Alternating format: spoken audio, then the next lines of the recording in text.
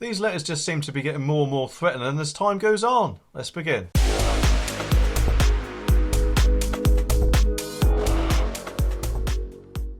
So I'd just like to say a massive thank you to Paul and Gary. Let's get into these. Okay, as you can see, it starts as usual with their TV license logo in the top right hand corner. What is not as usual though is they've taken away the date and the reference number. Instead, they've put them under the address in a black box. Investigation in bold, March 2022. And in bold again, reference number, and it gives the reference number, which may or may not, of course, be made up. And the only reason I can think they'd probably try to do this is because it looks a bit more serious, doesn't it, in a box, rather than just being under the logo. In other words, they'll probably try to make you poo your pants a bit more than what you would do usually. And just in case that has not worked, in big red letters across the whole of the page, we are authorised to check whether a criminal offence is being committed at this address. Oh really? Are you the police? Because as far as I'm aware, the police are the only people who are authorised to investigate a criminal offence, because it doesn't say TV licence, does it? It says a criminal offence. So you need to get your wording right. For the urgent attention of the legal occupier. Two words that jump out there, don't they? Urgent and legal. They really try to heap on the pressure, aren't they? We have no record of a TV licence at, and it gives the number and the postcode. Don't know why they're not using the rest of the address, but they're not.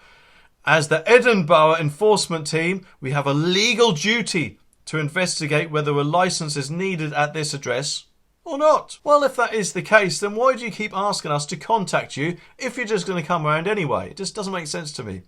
And in bold, a reminder of the law. It is a criminal offence to watch or record live TV programmes on any channel, or download or watch BBC programmes on BBC iPlayer without being covered by a TV licence. This applies to any device you may use. So after heaping loads of, I think, quite intimidating language on you, they now let you know what the law is, so you probably feel a sense of relief knowing that you're not doing that. What happens if we visit? So they're not actually saying they're going to visit you. One of our officers may visit you in the morning, during the day or in the evening, on weekdays or at weekends. Because they are times of the day, and I can't think of any other time of the day that could possibly be, except night of course, but they're not going to visit them because not only will people be asleep, but they don't want to be probably perceived as burglars or intruders when they're actually salesmen, in my opinion.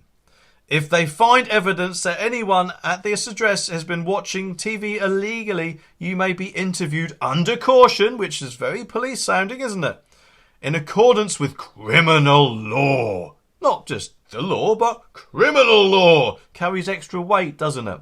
This could result in prosecution and a fine of up to £1,000, plus any legal costs or compensation you may be ordered to pay. They seem to love to chuck this £1,000 figure about everywhere, don't they?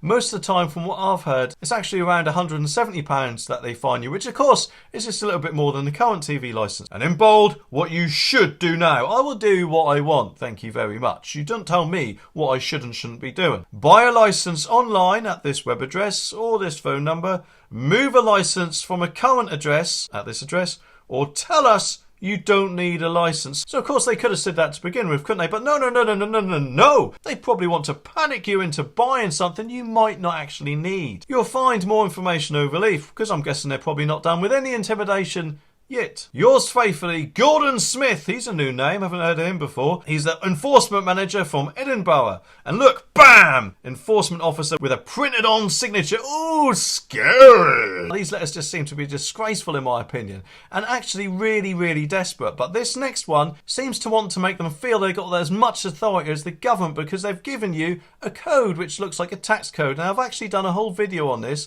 The only thing that is actually changed is the code, which says 22 at the end instead of 21. Everything else is exactly the same, so you can see that video in the end screen.